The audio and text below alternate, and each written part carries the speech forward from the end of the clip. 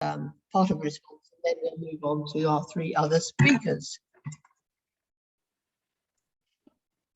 Okay.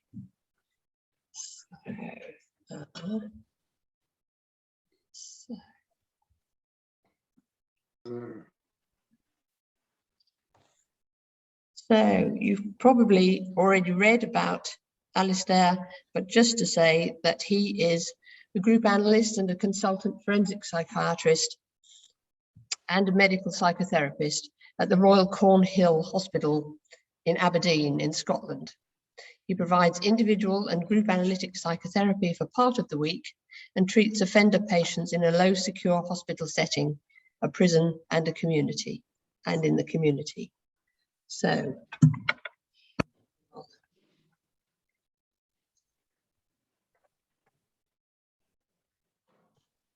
well,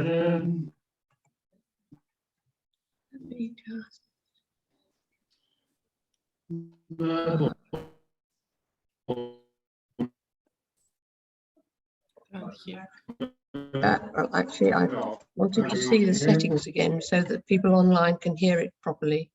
Didn't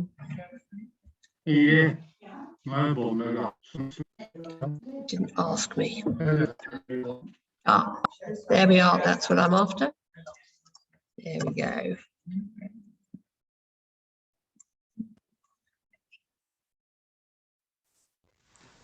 Liebe Regine, I'm grateful to you for your focus on the foundation matrix.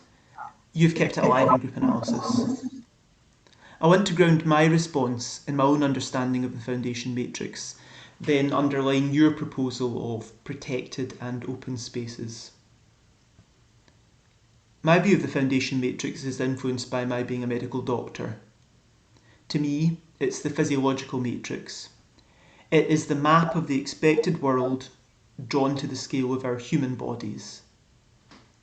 We communicate in large part through spoken language and gesture, which are breath and movement, even if the meanings are not always shared. We expect a world where there are children and adults, and that those are not the same, and a world of men and women. We expect an immediate social world that's navigable by walking, manipulable through hand and finger movements. These views are not complete, of course, as we all know. They lead to exclusions and inclusions and produce the anxiety of being placed outside the norm and the quiet confidence of being included without even realising it. And even that word, anxiety, relates to our foundation matrix. We can make sense of the rising heart rate, shakiness, dry mouth and so on in a relatively shared way.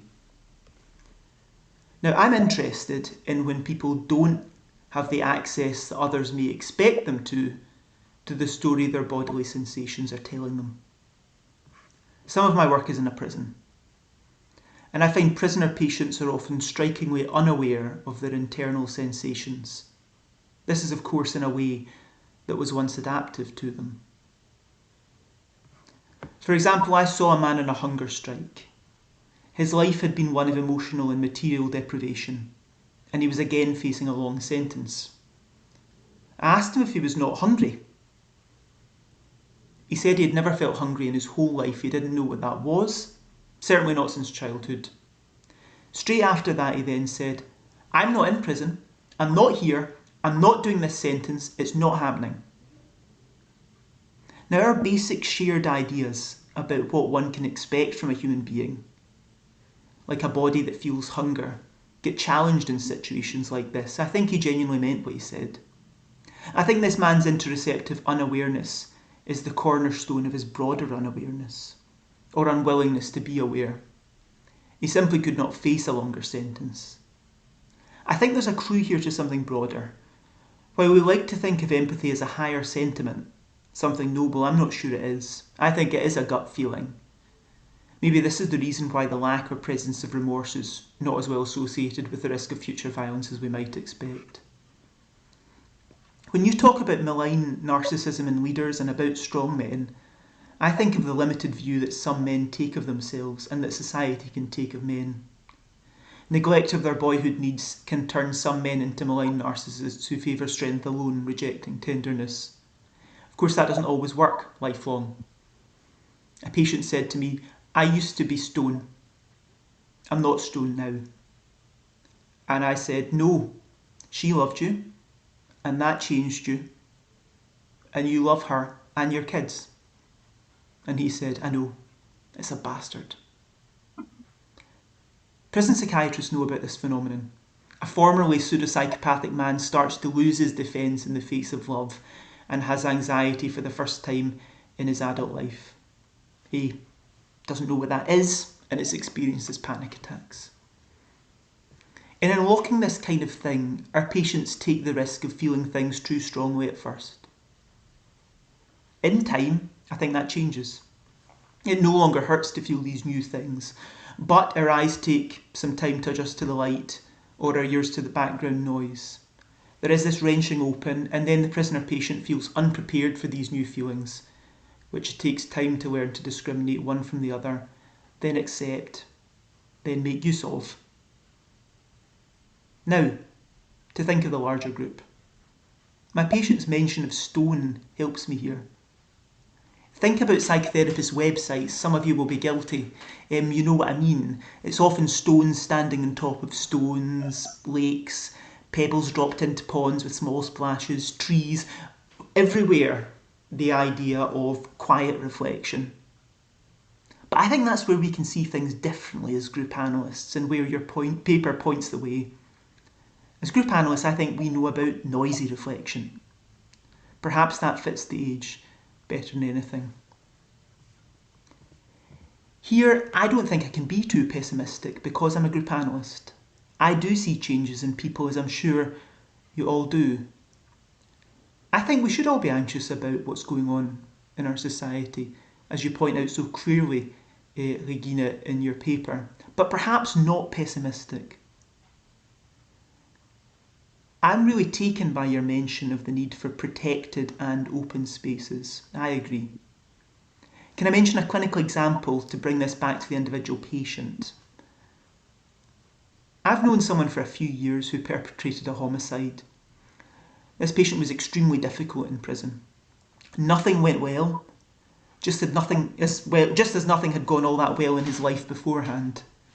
His basic view on how the world should be and is was at complete variance from mine. The rehabilitation since has been long, and its last part only came in that protected but open space of being out of prison but with a lot of people involved. In prison it could only go so far, protected perhaps to too far a degree. This man said to me, I wouldn't go to this particular town. I took their child's life. If I ran into them, it wouldn't be fair on them. I wouldn't want that for them or me. This is where I return to the foundation matrix. To me, this all feels like more than just learning. I think this is about a growing capacity, a capacity to feel, as I said, through which we can feel more of what others feel. The people I've described to you today have been nodal points in extremely disturbed networks of communication. The growing complexity you describe in our interconnected global society or societies threatens our capacity to do this work of feeling new things, to tolerate some kind of complexity. But these patients can often find a way. With some help, I think. And I think that means all is not lost for the group as a whole. Now, with this patient, I very rarely had quiet, reflective moments. He at times seemed completely at odds with everyone, with me in particular. And then he became ill physically. And he had absolutely no idea about how to manage an illness that he suffered, which felt alien to him and like a stranger was overtaking his body and like it was an attack. He was deeply distrustful of the doctors that he needed to attend initially. And then a lot of the work with me was in navigating this. It was often, frankly, an argument. Sometimes I would be saying, look, I think that thing you're feeling is totally normal. Other days I would be saying, no, look, stop ignoring that. This is really worrying. You need to be talking to my colleagues about this. And so on. And gradually in that mutual discrimination, something developed. And along with that attention to his body and a growing bodily awareness in a different way, I think his empathic understanding grew. Now I want to grow. I want us to live in more than one language, conversant in more than one way of living, feeling in more than one way, living through different kinds of relations. Now the world increasingly presents us with a chaotic, very chaotic perhaps, way to do these things, both well and badly, as your paper says, Regine. The foundation matrix is definitely moving, but I would just say that doesn't call for quiet reflection. It calls for very noisy reflection. I think that's how we get a new awareness and how these bits of ourselves that we can't claim can be reclaimed and seen in others and understood better. So good luck to everybody with your noisy reflection. I am very sorry not to be able to join colleagues in London this time to do that. Liebe Regine, I'm grateful to you for your focus on the foundation.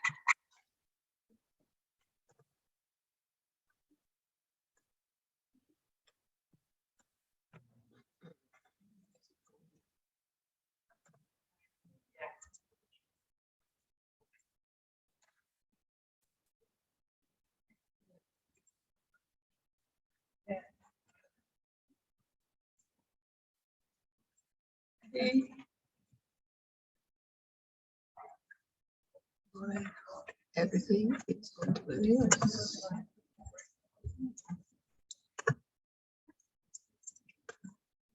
That's what I'm trying to get that share.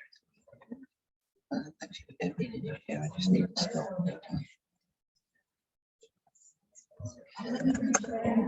No, I know, yeah.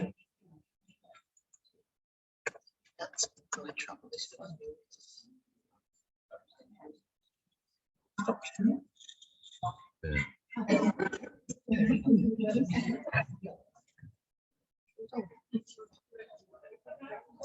So, minor technical hiccups, not hiccups, by floundering. So, the purpose this morning is to have several different lenses, looking through several different lenses of what Regine brought. We've heard from Alistair, certainly picked up some of the themes that were in our large group. I may have been in the online large group too. And we're now going to move on. I'm going to invite Farideh Dizadji to come and give her viewpoint. She describes herself as a political refugee in exile since 1984, an intersectional internationalist, a feminist and socialist. And these constitute her group analytic positionality.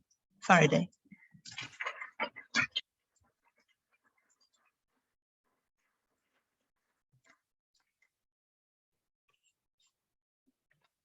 When foundation matrices move the third global to this one, when foundation matrices move the third global world to be thought about. Hello, everyone. Thank you, Regine, for inviting me to be one of the respondents to your thought-provoking lecture, When Foundation Matrices Move, Challenges for a Group Analysis of Our Time. Despite our passing each other occasionally at various guessing events for many years, we have been unknown to each other. Regine, unlike you, I have also been unknown to the guessing community at large, as a group analyst, as a psychotherapist, as an organization consultant, a colleague as one of its members. In this context, I felt some confusion and surprise when I received the invitation. I wonder, why have I been invited to this space? And why now? And do I belong here? What, if anything, am I supposed to represent of? How am I perceived by others and myself? And whether there are differences between these two perceptions. Now, do I understand the issue raised in your lecture, Regine? How can I be authentic on this platform? And finally, why did I accept this invitation despite my ambivalences?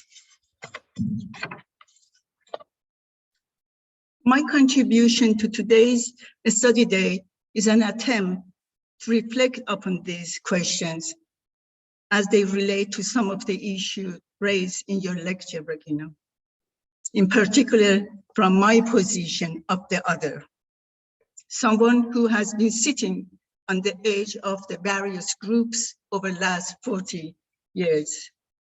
Why am I standing here now?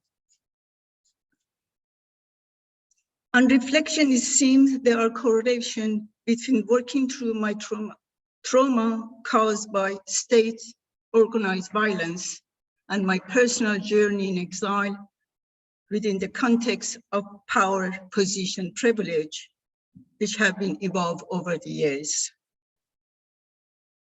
I am now wondering whether my recent contribution to a book on intersectionality of trauma and refugees' experiences is allowing me to now be exposed, to join in, to be part of, which is to say, accept my own differences and intersectionality of my multiple identities. At first, I asked myself where to position myself, and then I wonder whether one position must be chosen to exclusion of others.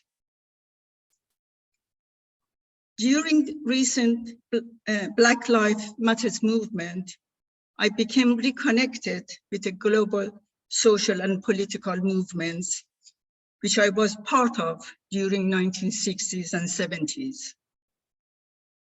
I revisited Black feminist theory and become interested and curious about its development, and to paraphrase Soraya Nanek, the connection between anti-racist, feminist, political, theoretical methodology of intersectionality and group analysis.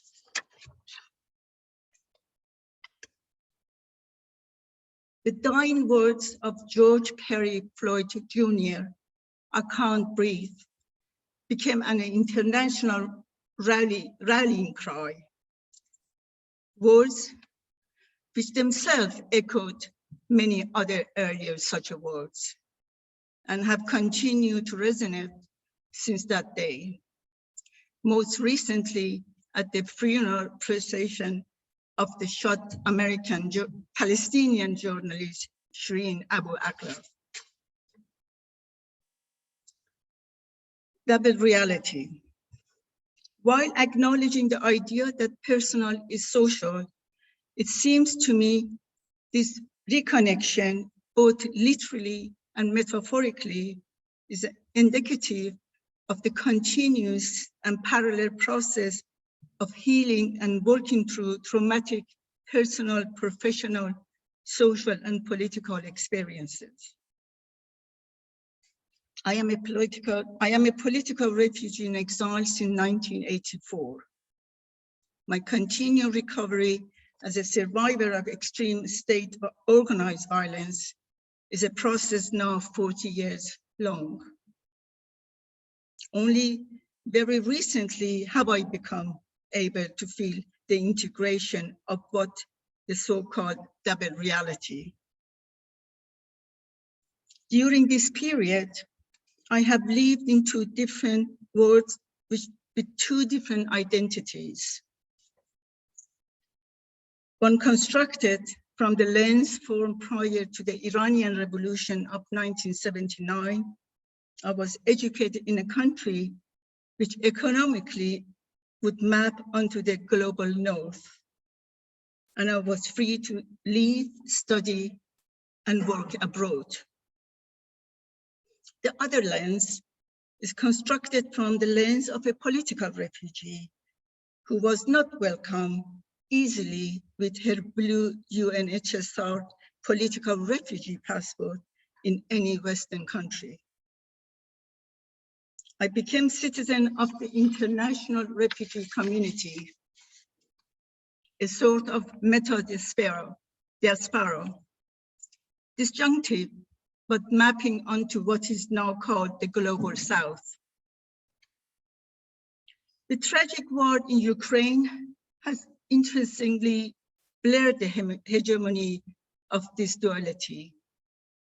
It has brought back the misery and the grief of the wars to the homes of the global North, which is of course all too familiar to the ongoing misery and the grief which have been experienced for decades, but those who live or come from the global South. Indeed, I would like to suggest that this dualistic, dichotomous and binary thinking significantly oversimplifies our understanding of the world. This is not to suggest that there the distinction is without merit. The global South is the one of the family of the terms, including third world, periphery, colonized, developing countries, etc., in contrast to the terms such as developed, industrialized, colonizer, etc., in global North. The wealthy ones with 1/4 of the world population who controls 4/5 of the income earned anywhere in the world. Contrary-wise, the South, with 3/4 of the world population, has access to 1/5 of the world income. These are important facts, but an overly economically characterization tend to flatten the experience of many from the global South who are racially othered in global North. And it fails to acknowledge the role and the responsibility of global North in creating the majority of the tension in the global South, as if their economic underdevelopment occurred in a vacuum. Moreover, especially so in the last few decades, socioeconomic and cultural inequality has risen massively within the global North itself, something which COVID has brought to prominence. Those who have the position, the power, and the privilege manipulate the lives of the people in both global worlds, directly or indirectly, horizontally and vertically. And within these two, a looming double binding for those that inhabit two realities. I am empathic towards and materially supportive of the current Ukrainian refugees. I know from close to such hardships. But I also find myself, in a sense, resentful of the contrast between the outpouring of support in the global North for them, and for example, the attitude to the Afghans fleeing the resurgent Taliban.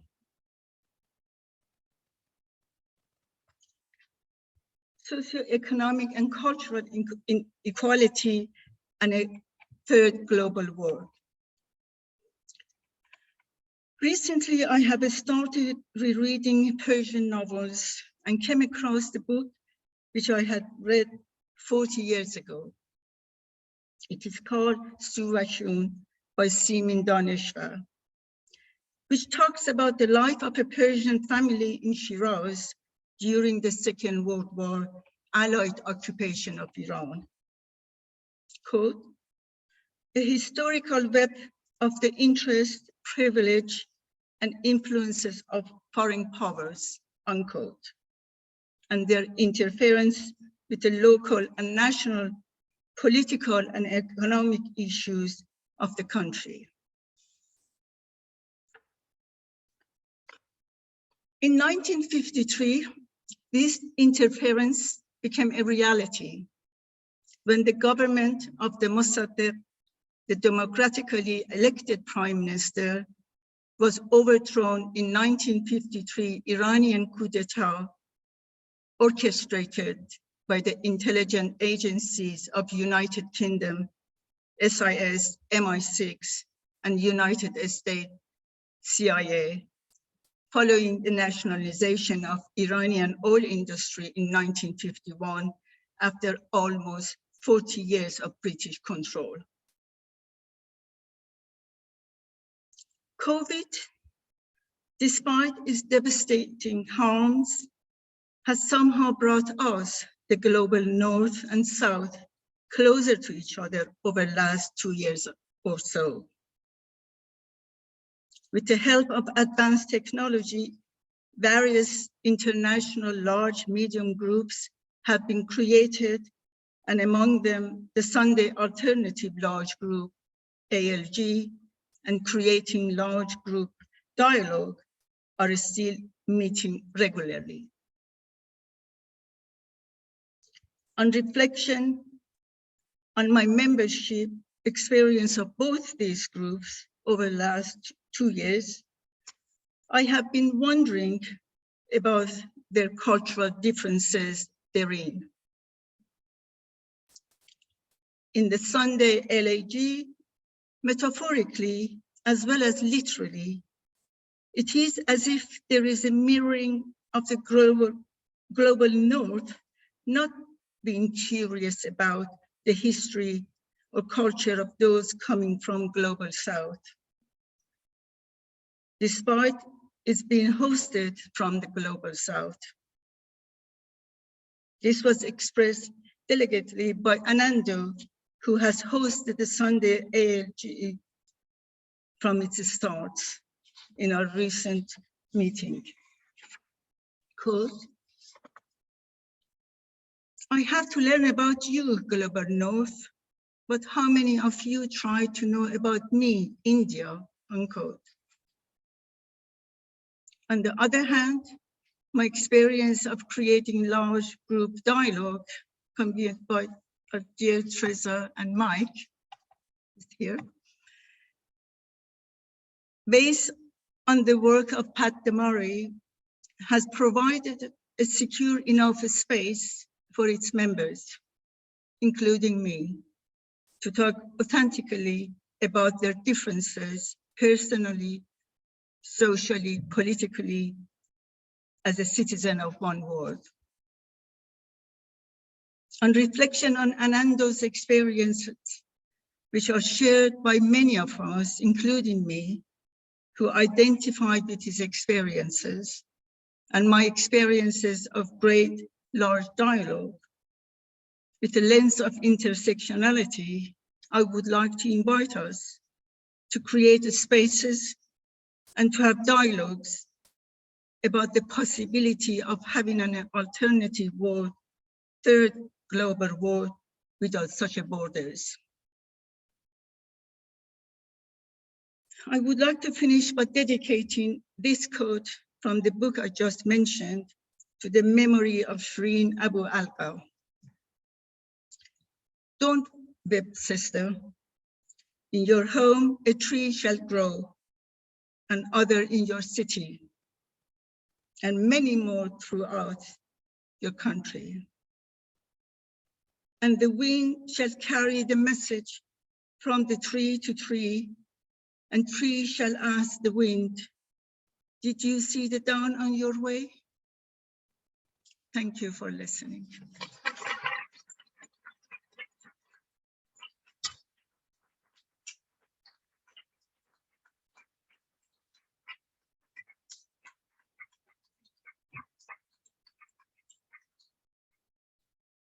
Thank you so much, Faraday. So we are now going to move on. I'm going to invite Maria-José Blanco to come to give her contribution. So if you just give us a moment while we arrange her slides. Where are we?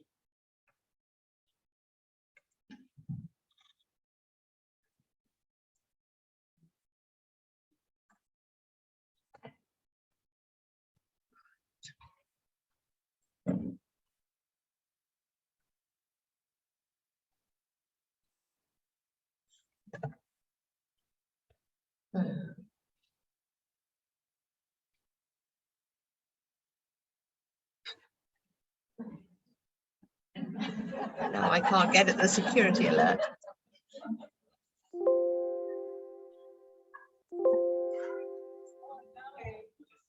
Oh, it shows differently. Yeah, I'd asked it. No, it's here. But I need to enable the content, and I can't get behind this wall.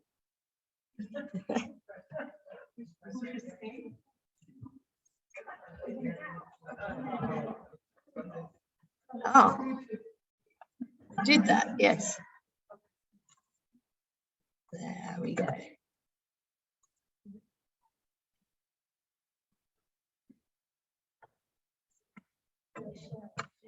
Very good. Yeah. So Maria-José is a group analyst and an academic. Her academic interests lie in the therapeutic writing, life writing, autobiography, and motherhood, specializing in Spanish contemporary literature and Spanish contemporary women writers. She works as a psychotherapist in organizations and private practice and teaches at King's College London. Maria-José.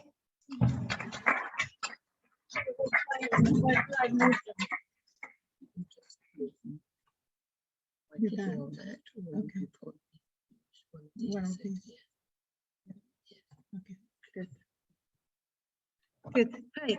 I don't see you without my glasses, so that's great.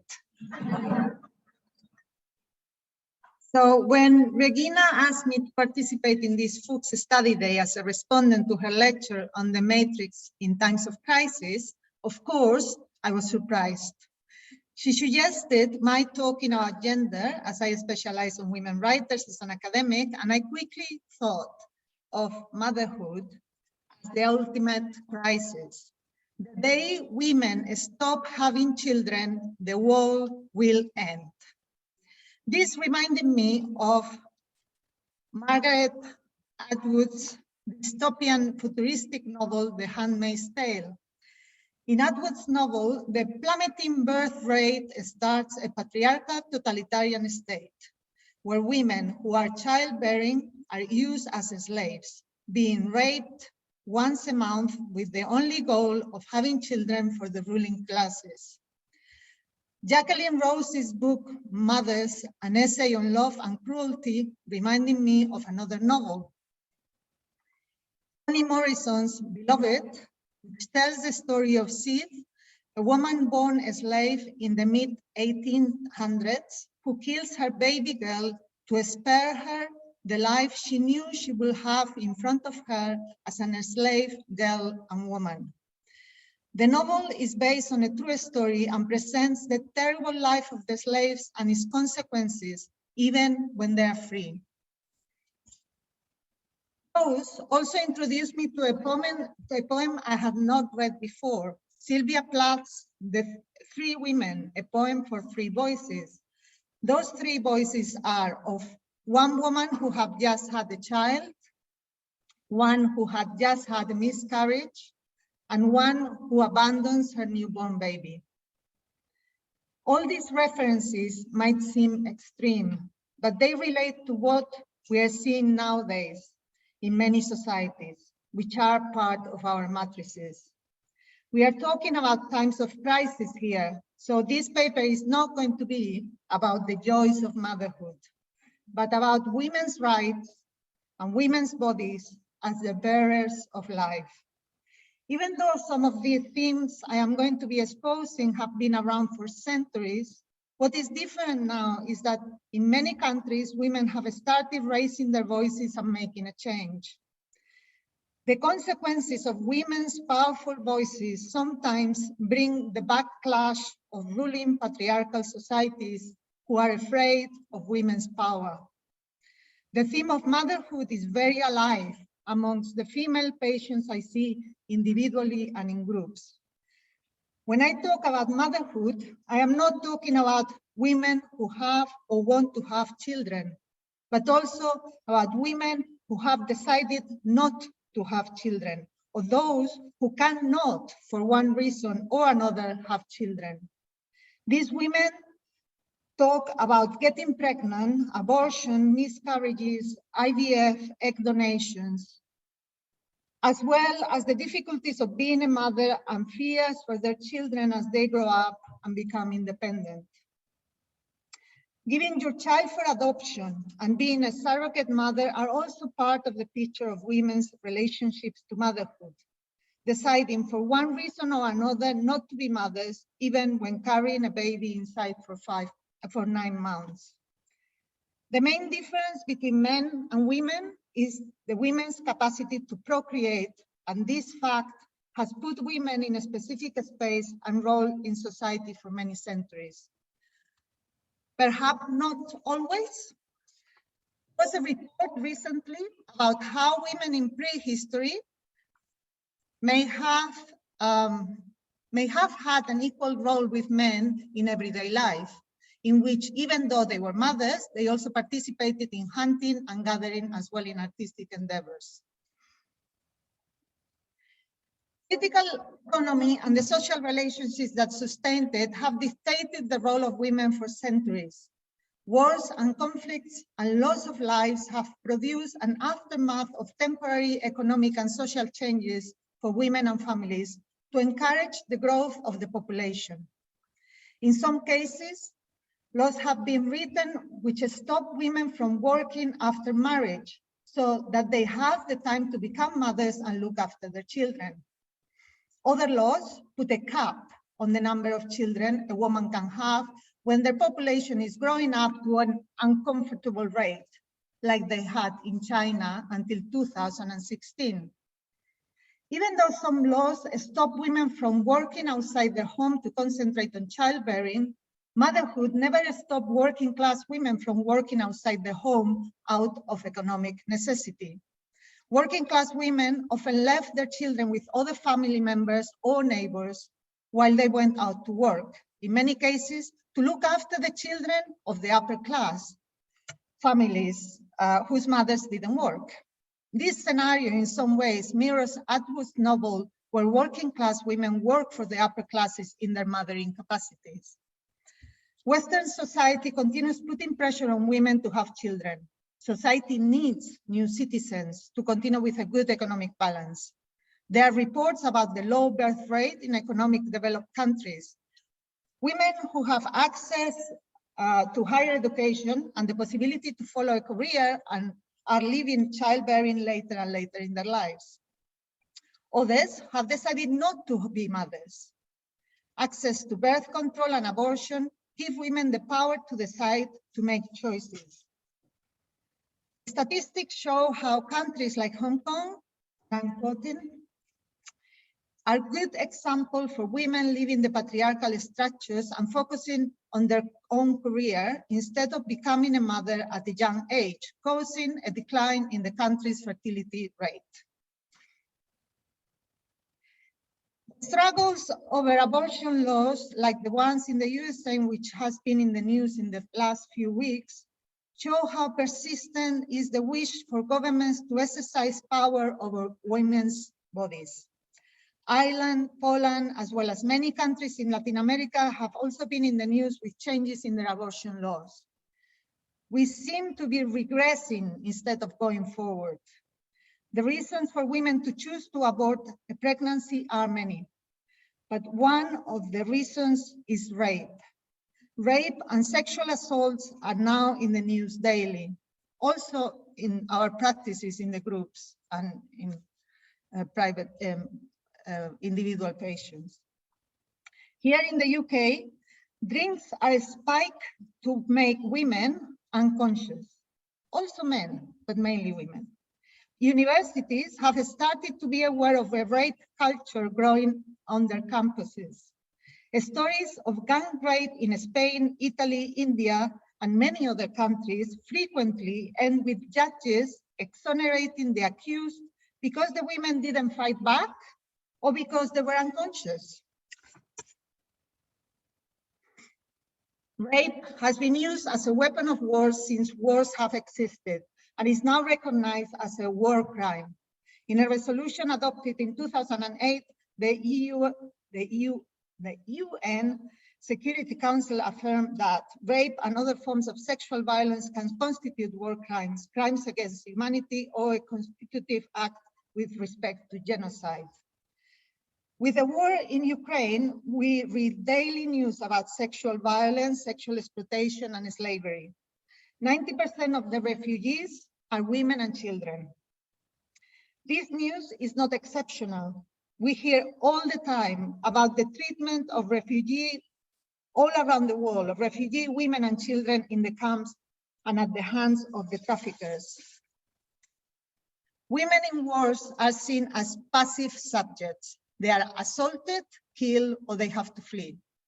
Even though there are some women fighters, in general, women are the ones who have to take their young children away from conflict, leaving behind grown-up children as well as husbands and fathers. Some of the reports we have seen now have described the difficulty which Ukrainian women are having when arriving in countries like Poland, where abortion and contraception are illegal. In Ukraine, meanwhile, rape victims have been given the morning after pills. Women may survive the war, but the psychological and social consequences of rape will follow them for life. In some cultures, the purity of a woman is paramount for her place in society. They will be ostracized by their families and their future will be forever ruined. In the 21st century, the world has seen the beginning or continuation of many wars with large displacements of refugees and asylum seekers. Wars in Congo, Syria, Darfur, Iraq, Afghanistan, Nigeria, Yemen, Israel, Palestine, and Ukraine, amongst other conflicts around the world. As well as due to wars and dictatorships, we now find the greatest number of economic displacements as consequence of climate change. Climate change not only having very real and direct consequences in some countries, but also around the world, young women who don't see a future are deciding not to have children. We are even told that babies are the cause of greenhouse emissions. The news is filled with the fears the younger generations are feeling. Due to climate change and pollution, we are already seeing the consequences which could end the human race. Men's sperm count is dropping. Microplastic has been found in the placenta, which could cause long-term damage to the fetus. These crises and their influence are all part of society collective consciousness and very much part of our group's foundation matrices. At the same time that we are seeing great changes, we are also seeing the repetition of old patterns. Nowadays, in many countries, women have louder voices and are speaking about abuse and inequalities. The work has started, but it still needs us all to be able to continue making our world a more equal and safer world where women can feel free to either become mothers or not. Groups should be there to allow women to have a voice to express their frustrations, desires, and choices. And I was going to end with a quote by a British writer, which I will put there for you to read, but I gave this paper to my daughter yesterday, and she actually sent me a conclusion. So I'm going to read my daughter's conclusion. Faced with the sense of impending existential threat, the decision to mother or to be a mother becomes a weight on the conscience of women. Meanwhile, such crises accelerate authoritarian restrictions and obligations placed on women's bodies, their choices made by others. Making a decision is no longer a choice. Thank you very much.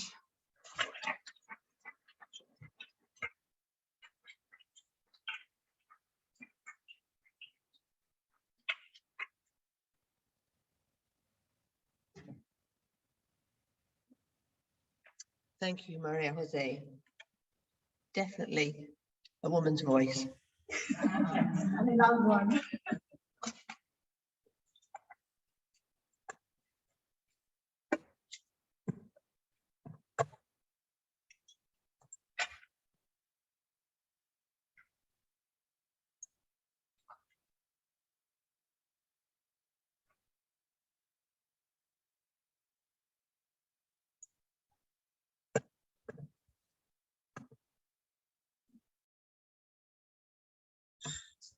So I'm going to ask our last respondent, Alicia Mulasso, to come to talk to us about work with reflective citizens. Alicia is a psychologist, a psychotherapist and group analyst. She works in private practice and in archipelago practice as applied group analysis in Turin with individual and group psychotherapy. She's the past president and co-founder of Archipelago. She's president of APRAGI and a COIRAG member. She's a trainer in group analysis in the National COIRAG Training Institute in Turin. And she's a member of our management committee in GASI, looking after the membership. She also started the Italian branch of the Reflective Citizens and is a member of the steering group of the International Reflective Citizens. Alicia.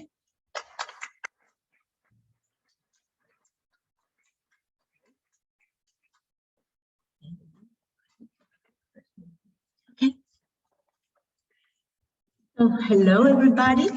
Before I was nervous because of speaking in front of so many people here and in remote. We have two streams going on, but now I'm very touched by the free responses I heard. So I will now bring you to the street somehow, welcoming Regine invitation.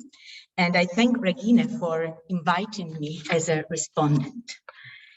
In particular, I resonate with the challenge to move the geometry of the circle. Can you hear me?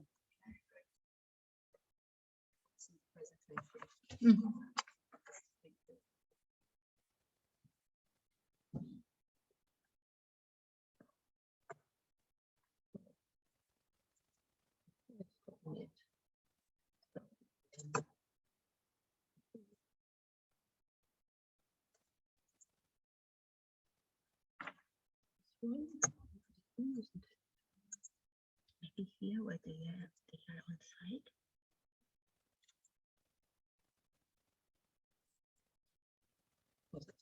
No.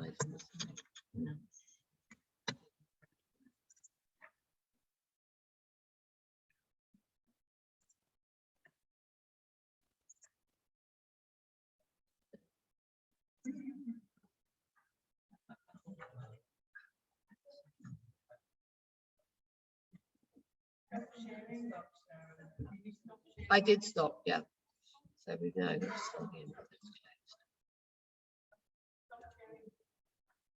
Don't you? Okay.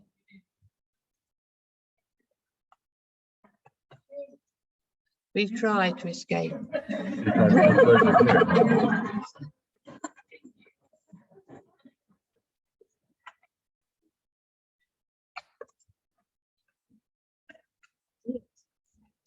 It doesn't seem to think that we are sharing, does it?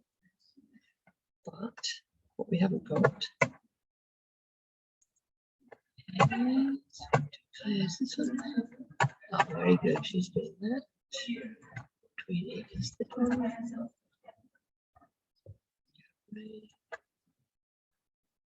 Okay, now we go to this.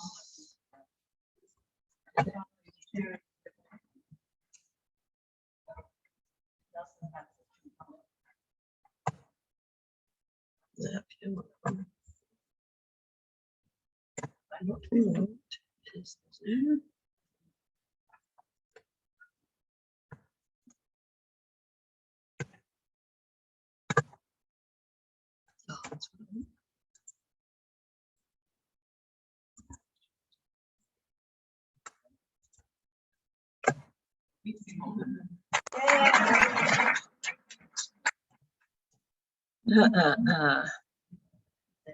Right.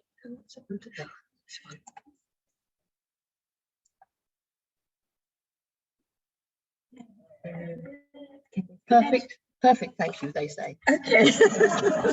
In Italian, we would say il bello della diretta. If you have understood it, good. Otherwise, I can't translate it, really.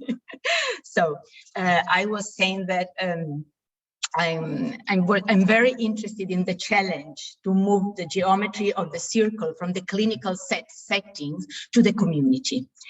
And so I will focus on one of the community interventions that Regine mentioned in her lecture, namely Reflective Citizens Kinonia, RC Kinonia, a method of working with groups of citizens.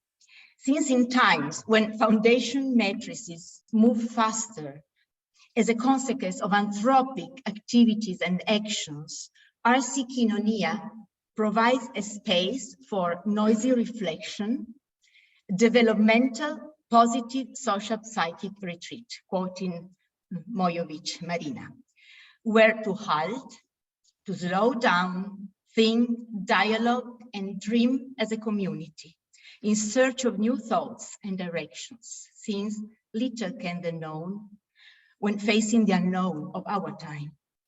So I will try to convey a taste of Reflective Citizens Kinonia, starting with the history. Regine reminds us that group analysis has its roots in very difficult times, and so is for RC Kinonia, since its cradle is in Serbia, in the aftermath of the 90s Balkan War. It was developed by two friends and colleagues, Marina Mojovic and Jelica Sataric, in an attempt to take care of the wounded, damaged, disrupted social matrix after 10 years of bloody conflict. It is currently widespread in most of the ex-Yugoslavia, not only, but we'll come to that in a while. Before, I want to describe what it is about, and I want to do it reading the very same words that our citizens in Chieri is the town where I come from, and where Reflective Citizens method was brought in 2019, what they read on the flyer when they received the invitation. RC Kinonia is a space open to diversity, where we can, as citizens participants, learn and practice the art of listening, dialogue, and think together about issues related to contemporary and social and climate changes that are taking place in the present and will impact the future of our communities, locally and globally. We have a responsibility as citizens to think about the present in order to build the future together without relying on communication based on slogans and propaganda. So a place where to tackle the issues of citizenship, as Pat de Marais would and did put it. And RC Kinonia as an architecture which is the outcome of over 20 years of experience and careful thinking by Marina Jelica. RC Kinonia is the outcome of a careful and competent meeting and articulation of sibling methodological and theoretical approaches, namely social dreaming in the way of Gordon Lawrence, group analysis, group relations, listening pause, operative groups, therapeutic community. And in this confluence, each group device fits the following one in a smooth flow from the social dreaming matrix to the RC large group, shifting into the small leaderless groups where everybody can find the floor. And back to the RC large group. And starting with dreams, talking to dreams lowers the exposure to anxiety, and yet provides an access to an intimacy between people who do not know each other and structures a safe enough space. And I will quote two citizens from RC Chieri, quote, starting an experience with dreams creates a common ground. Second quote, a space of free judgment. I can't be judged for my dreams.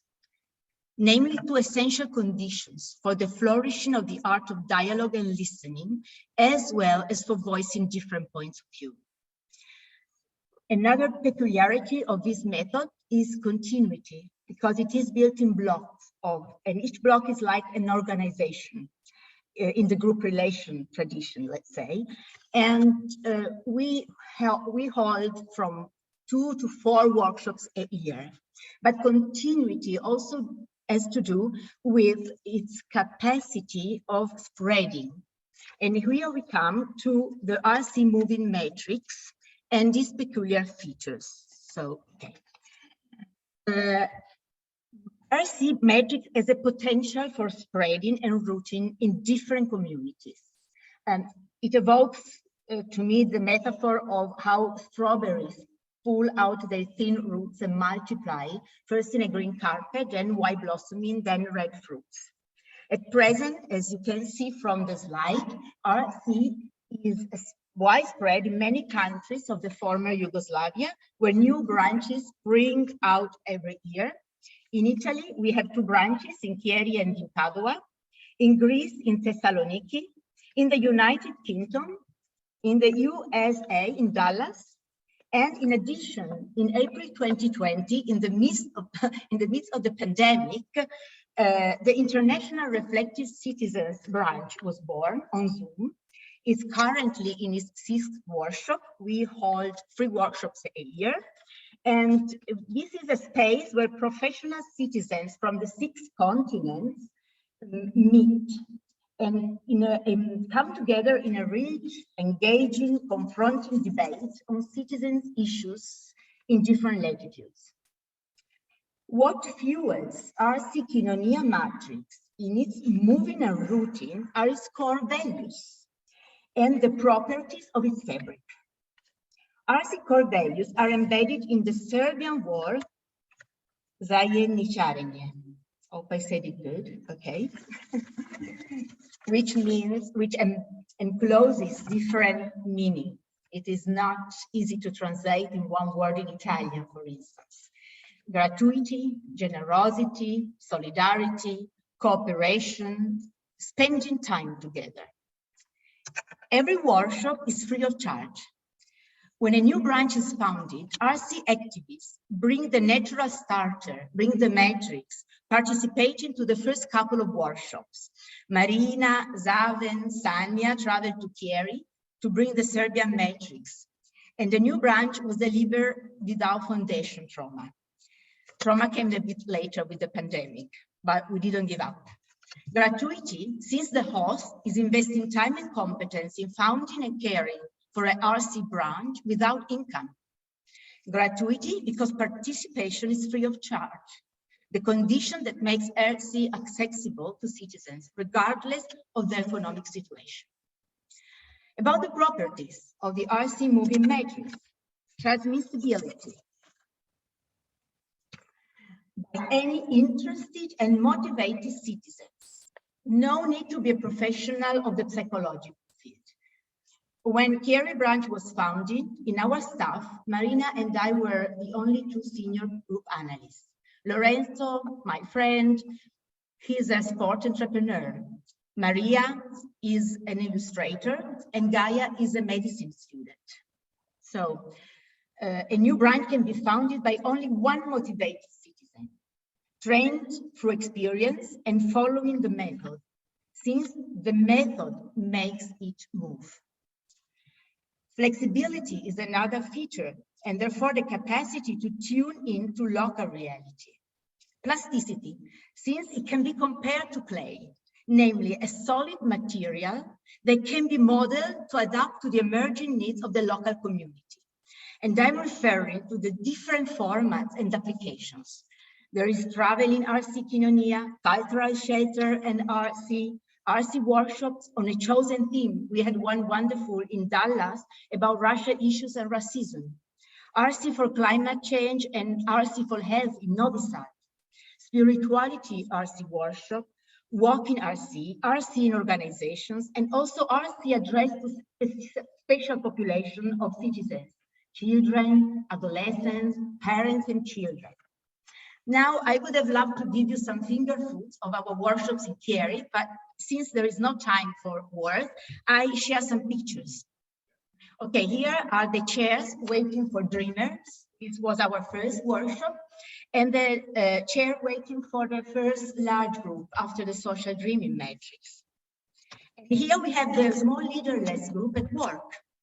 In different times, the one with the clothes on top was the first workshop during pandemic, September 2020, in the open air. And then different small groups in different moments. And in the center, there is, you see a drawing, because each leaderless group has a task. And the task is the leader. And the task is to identify the themes emerging in the previous session. They are then presented to the large group, the second large group. Chairs waiting for the second large group. See you there on the floor. There are the drawings, and there is a presentation to the community, review and application, and then the goodbyes. And okay, we have an evolving, moving and evolving matrix in Chieri, but everywhere in the village of RC. We had RC war emergency on March the 6th, 2022, organized in 5 days. To think the unthinkable. And now our next workshop will be on the 19th of June, and we are moving from our cradle in the outskirts of town, top of the hill, beautiful venue, and we are going to town now. We are ready to go to town in this location, and we are networking with the local cultural association. This location is run by young people, an association of very, very young people, and they are hosting us and creating this, entering in the matrix. And we will see which developments this will bring. So I end by quoting, I find my quotation, okay, Umberto Maturana. He left us last year, and this comes from my matrix because I lived 2 years in Chile in the 90s, which I think has much to do with my love for RC. And I think what is taught seems really to me to embody the RC Kinonia.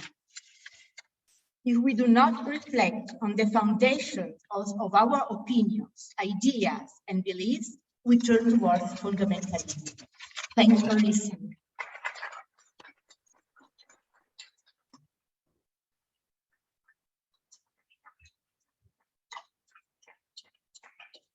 Thank you so much, Alicia. Now, yes. Well, we will stop sharing and see what happens. Come here. Yeah. Right. So, greeting. Just to let those of you who are online know that we have lost your image, sadly. It was a sudden, but I think you could still follow everything that Alicia said and showed us. There is, I could see a light moving. The light changed on there.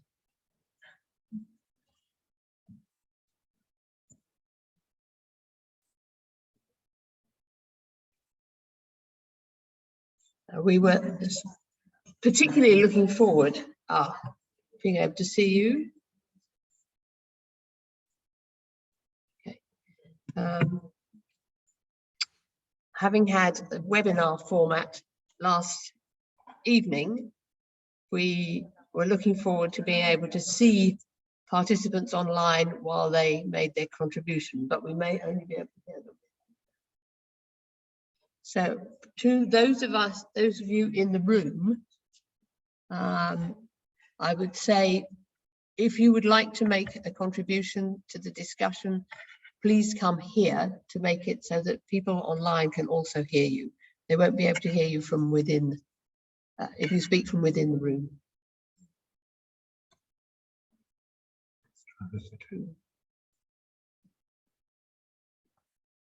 Can we hear them? We should be able to hear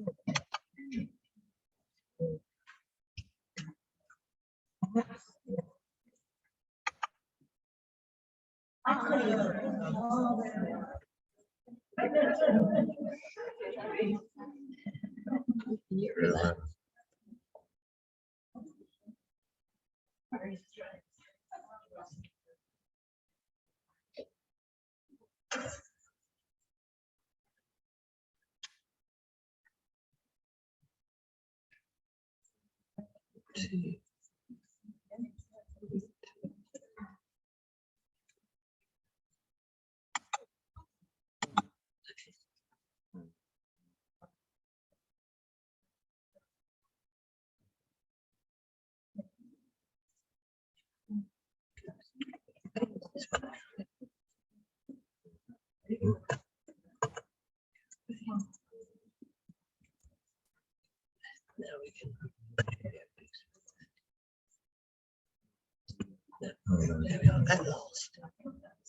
Good.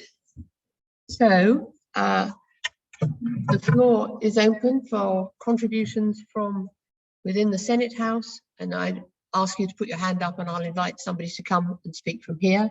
And from people online, if you would use the raise hand function too, then I will know that you have something that you'd like to add. And Stefan will make sure that your voice can be heard.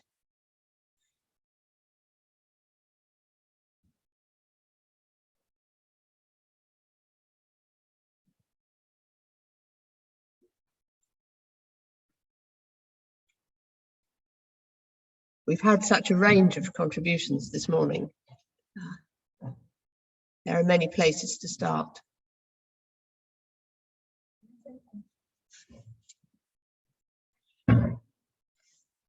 I know I already spoke, but I wanted to say to Regina, thank you. It was fantastic. I know that you had COVID. You went through quite a lot before writing your Foulkes lecture, and it was great when we received it to be able to respond to it.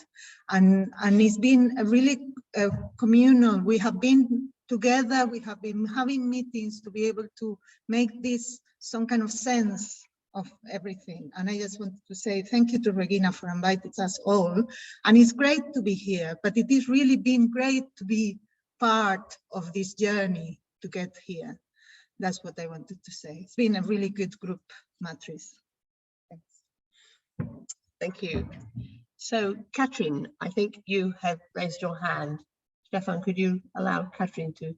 Yes, thank you very much. And hello to everybody. And I want to contribute first to you, Linde and David, that I'm so impressed how you being so calm, bringing us to these hybrid technique difficulties. And I'm really impressed. Thank you so much for this. And I'm full of impressions after these 4 contributions. And I can't find so easily words for my feelings and all my thoughts, but I want to thank you to all of you. It's great to participate. Thank you. Thank you, Katrin.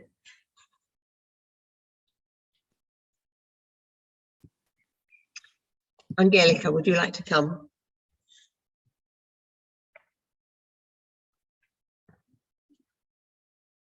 It's terrible that I have to come here.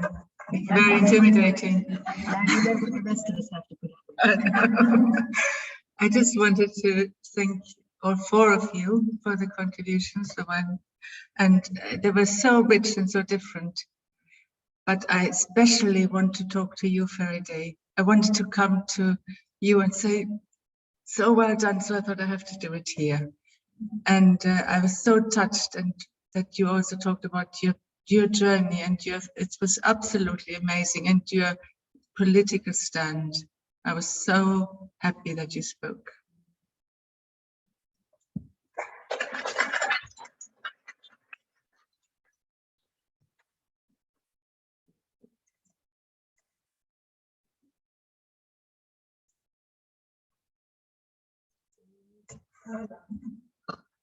So should we start with Carla? Hello, everybody. I just would like to say that it's a challenge to organize this hybrid event, and we've been through COVID. We are in the middle of a war, but we are achieving and we are making a very successful Foulkes Lecture. So thank everybody for being together with us. Hello. Thanks, Carla. Could you take your hand down so that I don't think you still Yes, have it? certainly. Thank you. Yeah, I can see. Okay, and then Claire. Thanks very much. I've had to be hybrid now, so I hope you can hear me. What fabulous contributions, and just something that when Maria-José was speaking that resonated so much, that during this pandemic and clearly during this terrible war, we're seeing the rights of women almost daily now being further removed, and in some places like Oklahoma abolished. And I just thought it was very resonant and very pertinent to what's going on, despite the fact you probably wrote these certainly a few weeks ago, how you have, all of you, predicted the burgeoning crisis that we're all facing, but in particular for women. So just thank you. Superb responses to a superb talk yesterday. Thank you. There's not really enough data, but I'm wondering if it's more intimidating to come and speak here than it is to say something online. We've got very used to contributing through Zoom, and I think we are seriously having to relearn. There's something that has shifted in us. So I would encourage people in the room. Teresa, do come. I was sitting there thinking, is this just for the women? But I just wanted to say something to Alistair, although I don't think he's online. But I felt very interested as a non-medical person in his connections with the body, the lack of body feelings, with an awareness of feeling and thinking. I've never heard that before so clearly explained, and I just wanted to not just die away in a way. And of course, you three were brilliant.